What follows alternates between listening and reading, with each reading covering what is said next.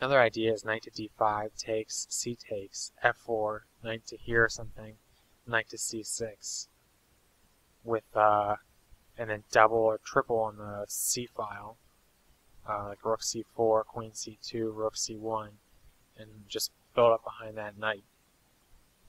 That actually looks pretty good.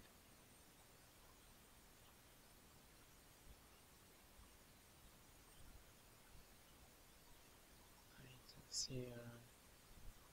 And actually, the queen knight will be forced to b7 if he decides to move the queen instead of capturing. Let's see. I've used up 10 minutes of time, so I do want to be a little bit careful about not using up all my time, especially because there's no increments, and this is like a sudden death period. So, I mean, I don't think that's gonna be. I could probably be able to play every endgame pretty quickly, but I mean, I don't have infinite time, so. Don't want to spend too much time just sitting here thinking about this.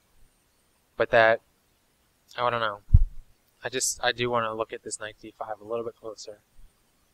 Sometimes you get in positions where it's just a coin flip and you're just not going to be able to figure it out. So you just say, I'm going to do it or I'm not going to do it. And you don't really need to spend much time on that because any calculations you do are just not going to help you that much. But I think this position I can get a little bit of help. Let's see, knight d5. Knight takes, c takes. The queen's got to move somewhere. It's b7, maybe, or a7, or d8. It's got to protect this b8 pawn, b6 pawn, excuse me. Knight c6. Bishop d7. No, I'm sorry. f4 first. f4. Oh, okay. Okay. Doesn't. I don't know. It would work because this knight's gone. Yeah, some visualization difficulties here. So I can play f4. The knight would have to go to d7, which is pretty good. This bishop can come to b7 though, kind of screw up the party. But if queen b8, queen e7 maybe, probably queen b8 because of this bishop. Oh, but then the knight to c6 forces the queen to b7. That would win this b6 pawn. Let's calculate that. Knight d6, queen move. I just take. I take and I win this pawn. Fairly sure.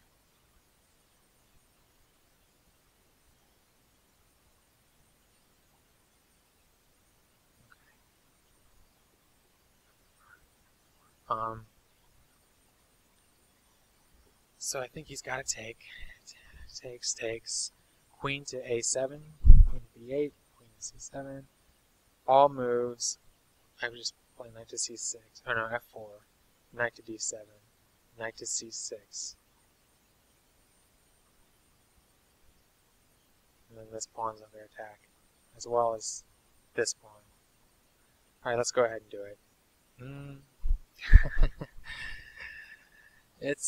I mean, the problem with playing this move is that obviously once I play it, I can't undo it, but it's going to set up a very different position from the one we're currently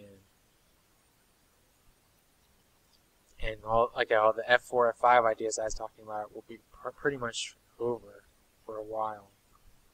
I'm going to go ahead and do it, though.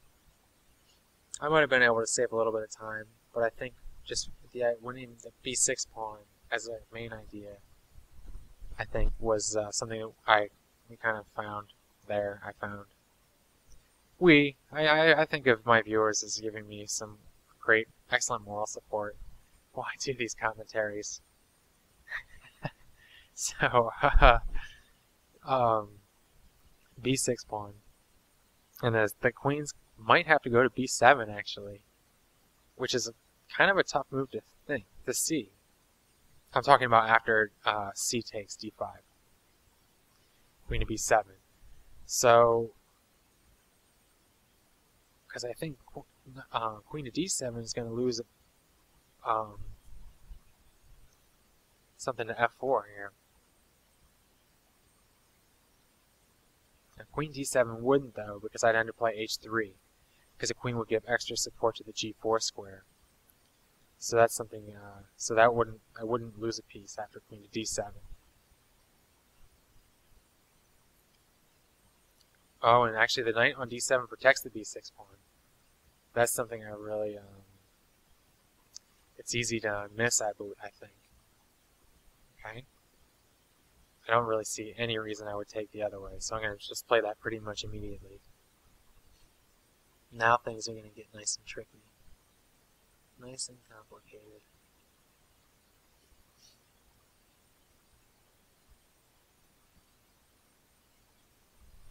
Now, I don't need to go to tactics here, because I like my position anyway. With knight c6, and then my bishop's attacking these two pawns.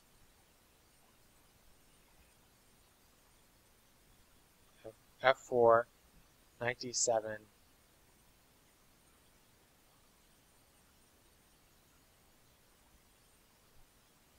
What about rook c7 instead of knight c6? I don't know.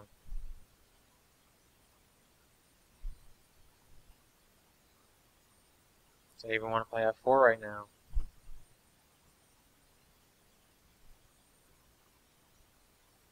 Yeah, I do. I definitely want to play f4.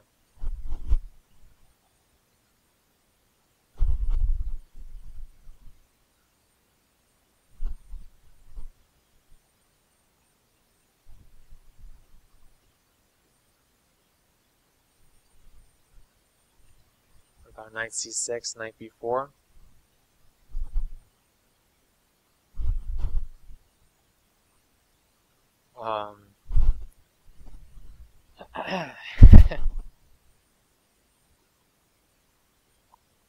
Yeah, after talking nonstop for about 20 minutes, I kind of just shut up there for a little bit, so I'll try to remember to actually commentate.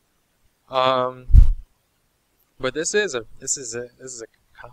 very complicated position.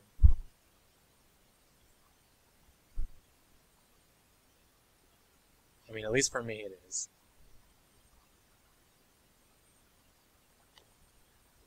This is right at the stage where there's almost tactics, but not quite. It's just c6.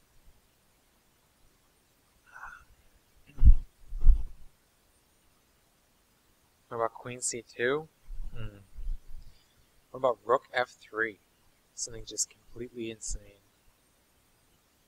Bishop b7. Bishop to b7. Bishop to f2. Rook to c1. Does that free him up on his rank there, though? Also need to be wary of knight c5. Very wary of knight c5. Let's just go ahead and play b4 right now to prevent knight c5.